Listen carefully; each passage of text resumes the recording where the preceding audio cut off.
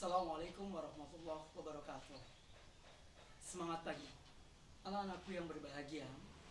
Di kesempatan yang baik ini, pertama-tama adalah kita senantiasa bersyukur dan berdoa. Semoga kita senantiasa diberikan kesehatan dan senantiasa dilindungi Allah Subhanahu Wa Taala. Pembahasan selanjutnya, yang kemarin sudah sedikit kita bahas bagaimana sumber modal usaha. Sumber modal usaha yang pertama diantaranya adalah modal sendiri. Dikatakan bahwa menurut Mardianto bahwa modal sendiri adalah modal yang diperoleh dari pemilik usaha itu sendiri, artinya dari orang tersebut sebagai pemilik atau owner, apalagi dia seorang wirausaha. Oke, sebelum kita lanjutkan bagaimana modal sendiri, kali ini saya berada di sebuah kafe rumah, milik seorang entrepreneurship, yaitu guru kalian sendiri. Situasinya santai, nyaman dan menyenangkan, sehingga dalam proses pembelajaran ini diharapkan dengan situasi yang santai, nyaman, maka segala yang disampaikan akan bisa diserap dan akan bisa dimengerti dengan baik. Oke. Jangan lupa senantiasa menjaga 3M, menggunakan masker, mencuci tangan, dan menjaga jarak. Karena kondisi dan situasi yang masih sangat mengkhawatirkan.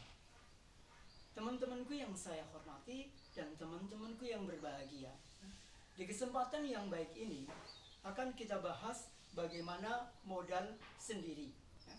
Tadi sudah saya sampaikan sedikit di prolognya bahwa modal sendiri adalah modal yang diperoleh dari pemilik modal itu sendiri. Dalam bisnis atau dalam entrepreneurship, bahwa modal sendiri itu bisa diberikan oleh pemilik usaha sendiri atau ownernya, baik itu usaha yang berupa firma, CV maupun berupa PT.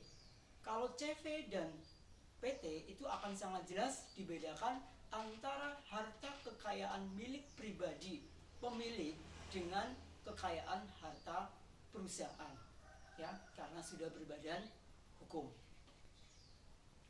Modal sendiri yang akan kita bahas, diantaranya adalah modal sendiri yang berupa tabungan. Saya yakin kalian sudah pernah melihat yang namanya tabungan. Tabungan adalah salah satu produk daripada perbankan. Apa saja yang menjadikan modal sendiri? Bisa tabungan, bisa deposito. Bedanya di mana? Kalau tabungan adalah setoran yang dilakukan oleh pemilik atau harta kekayaan pemilik penabung yang dapat diambil sewaktu-waktu yang disimpan di sebuah lembaga perbankan.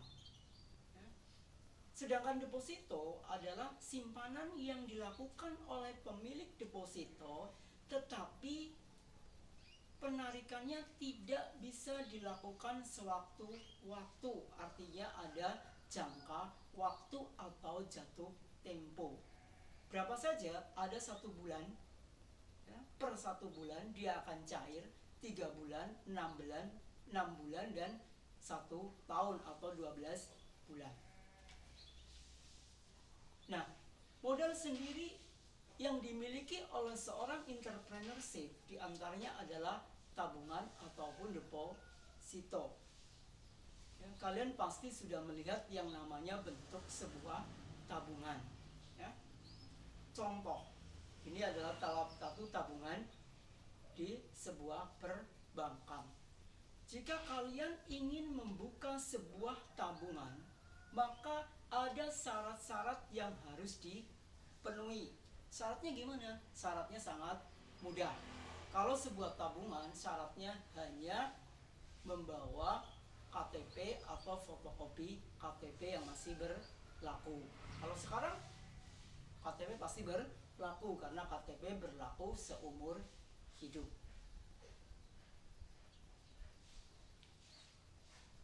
Jika kalian mau membuka yang namanya tabungan, ya, syarat minimal adalah KTP dan membawa uang setoran awal atau setoran pertama untuk membuka rekening tabungan, ya.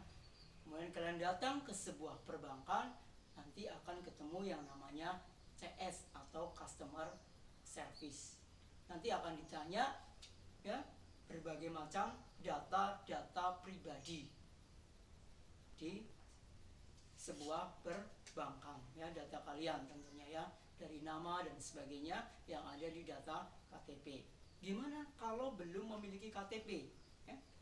Kalau belum memiliki KTP atau belum 17 tahun, maka membuka tabungan bisa dilakukan, akan tetapi harus dilampirkan dengan sebuah surat.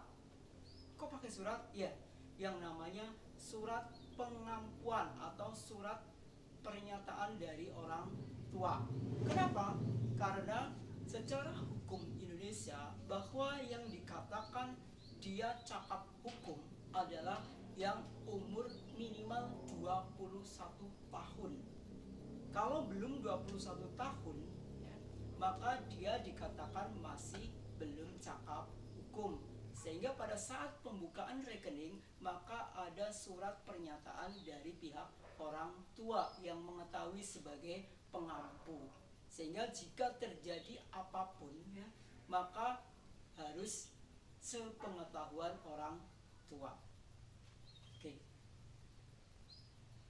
Kita lanjutkan bahwa modal sendiri yang berupa tabungan itu adalah simpanan dari pihak ketiga. Maka nanti kalau kalian mempunyai yang namanya usaha, ya, simpanan yang berupa tabungan maka akan dicatat sebagai kas di bank. Beda dengan yang namanya bank.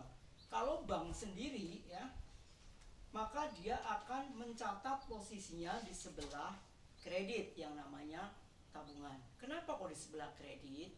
Karena bank mencatat sebagai utang kepada pihak ketiga. Berarti dia ada kewajiban untuk mengembalikan, artinya diambil sewaktu waktu.